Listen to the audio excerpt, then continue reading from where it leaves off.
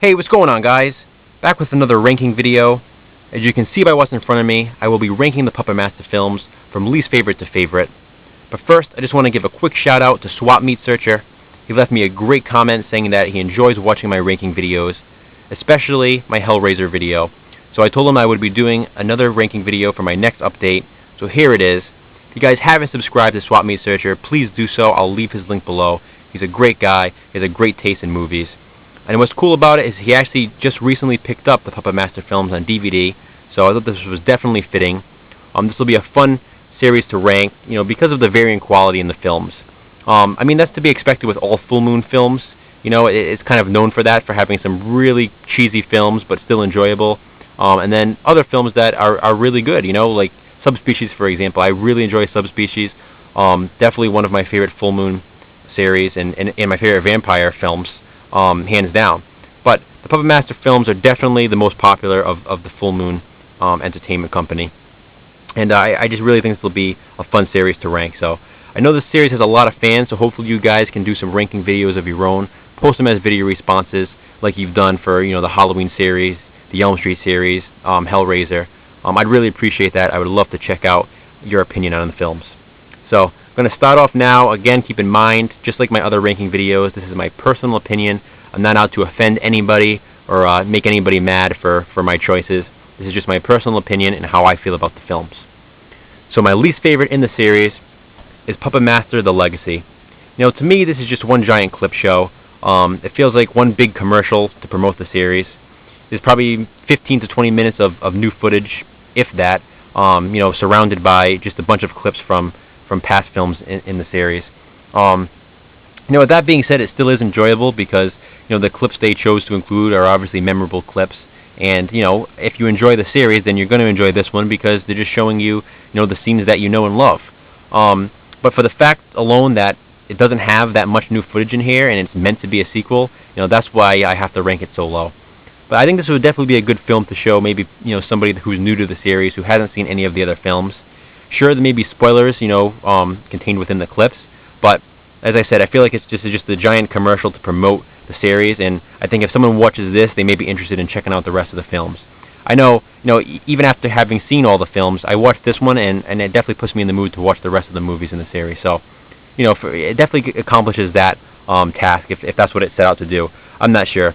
But as I said, it was meant to be a sequel, and it just doesn't really feel that way because there's not enough new footage to compensate for it, so that's why I have to rank it so low. Next, Puppet Master vs. Demonic Toys. I was so excited about this one. This could have been so great. Unfortunately, it really underwhelms me. It didn't work out so well. It does star Corey Feldman and Vanessa Angel, which is really cool. It's cool to see them in a Puppet Master film, I guess. But other than that, it's just a big letdown. It was just very cheaply made. The puppets don't look like the actual puppets. I mean, they look like cheaper versions of themselves. I really wish they found a way to be able to use the actual puppets that they use in the other films. I think it would have made the movie a lot better. But that cheap look to it just was a huge letdown for me, and that really kind of distracted me from the movie. And that's why this is also one of my least favorite in the series. Alright, now the rest of them are all great. Basically had to go through these and just try to figure out, which ones I liked more than others. Just a basic ranking.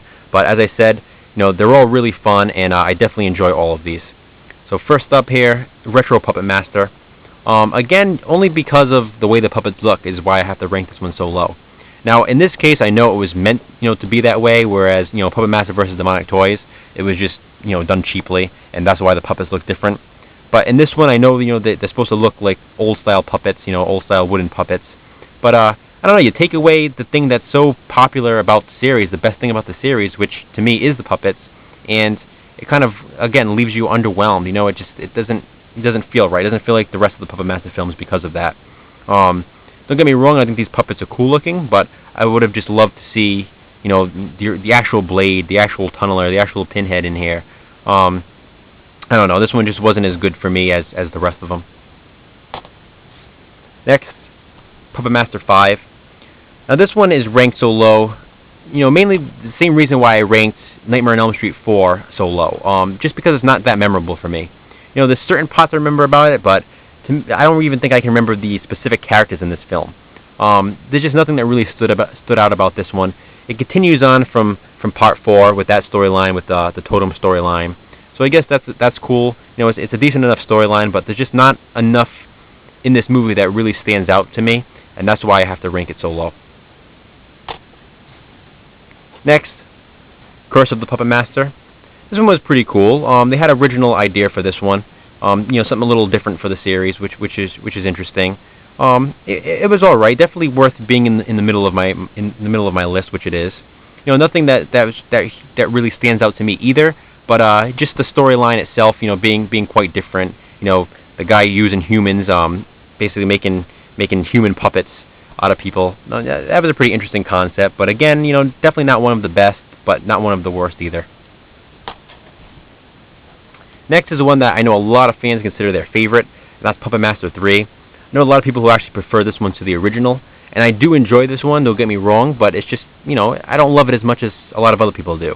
I like that it takes place, you know, when it does. It's more of a prequel than it is a sequel, of course. It's cool that it introduces Six Shooter, which is a really cool puppet. But, you know, it's just not one of my favorites. Definitely not in my top 3. Whereas I know a lot of people, as I said, prefer it, you know, and actually consider this to be the best in the series. Next, Puppet Master 4. Now this is definitely where personal opinion comes in. This is strictly personal opinion. I know a lot of people really don't like this one at all, but for some reason I've just always enjoyed this one. I remember watching this one a lot growing up, and really enjoying it. I like the characters in this one. I like the atmosphere. I remember this one having just a really great atmosphere. I know there's like a big rainstorm in one scene, and it just really added to the feel of the movie. I don't know, just really cool, and it introduces the Capitron, which is a pretty cool puppet. You know, he has different heads to go on his body and stuff, so that's pretty cool. Always enjoyed this one. Again, I know a lot of people aren't fans of this movie, but you know, I've always loved it. Next, Puppet Master Axis of Evil. This is actually the newest in the series. Really love this one. I thought this was awesome.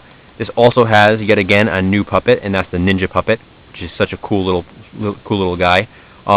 Yeah, really like this one. This really has that same feel as the original Puppet Master. You know, it has sets the same tone that the original set, and I'm really excited about the new sequel that will be coming out soon. But this one was just great. It basically goes back again, not so much a prequel like Part 3, but it takes place basically right after the events of the original Puppet Master, which I think is really cool. It kind of does what Phantasm Oblivion did with using footage from the original film, you know, into this film to make it look like it's taking place at the same time. And whereas, you know, Phantasm Oblivion used actual footage that was filmed when Phantasm was filmed, I know that wasn't the case for this. You know, they just filmed footage that made it look like it was filmed at the same time as the original, but it still looks pretty good. You know, the final product, it still worked out well, and I really do enjoy this one. It definitely has that same feel as the original, and as I said, I cannot wait for the next one. Next, Puppet Master 2. This has always been a personal favorite of mine. I was really thinking about making this number 1, but you know, as you guys know by now, I'm saving that spot for the original. But I really do love this one. This is a little, you know, a little cheesy and a little silly at times, I guess. You know, with the whole Andre Toulon zombie storyline, but I've always liked that aspect of it.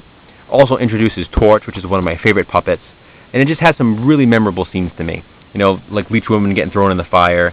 That's a really cool scene. And I always love the ending of this movie. I think this has probably the best ending out of all the Puppet Master films. And finally, the obvious Puppet Master. The original Puppet Master, the one that began it all. Yeah, I mean, what can I say about it? It's one of those movies that is not as good as I remember it being when I was younger. But with that being said, it's still fun. It's definitely bizarre in parts. You know, I remember, you know, watching this after having not seen it in a while and thinking how bizarre it was, you know, not remembering it being as strange as it was.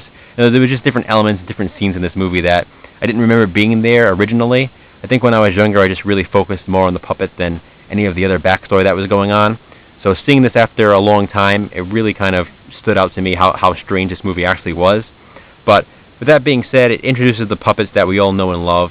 It has that great opening scene of Blade running through the hotel, and of course of Andre Toulon, you know, shooting himself with the gun in his mouth and all that. And I remember seeing that when I was younger, not really understanding, you know, why he was doing that. But of course, being older now, you know, I get it. You know, I know all about the storyline and stuff. So, but yeah, definitely had to go with this as my #1 pick, as I said, because it did start it all. It introduces the puppets, and I mean, as I said, you know, that opening scene alone, I think, is just awesome with Blade running through the hotel. So that's my ranking, guys. Please let me know what you think. Hopefully you guys can post some video responses and rank the series as well. It's just a really fun series. I've always enjoyed it, and I know a lot of people are fans as well. So thanks for watching, guys. You know, stay tuned because I'll have some more videos.